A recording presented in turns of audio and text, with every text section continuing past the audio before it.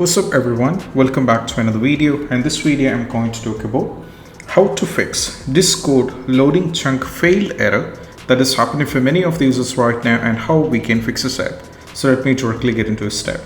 So the first one is all about, we just need to go over here, search for the run command and press enter. And first we need to type %app data % and press enter. That's going to take you to this.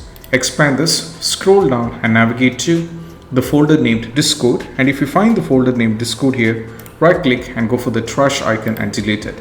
Once afterwards, just go over here, search for the run command, once again press enter.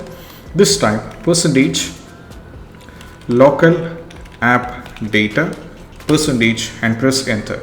Now we need to scroll down and navigate to Discord, right click and go for the trash icon and delete it.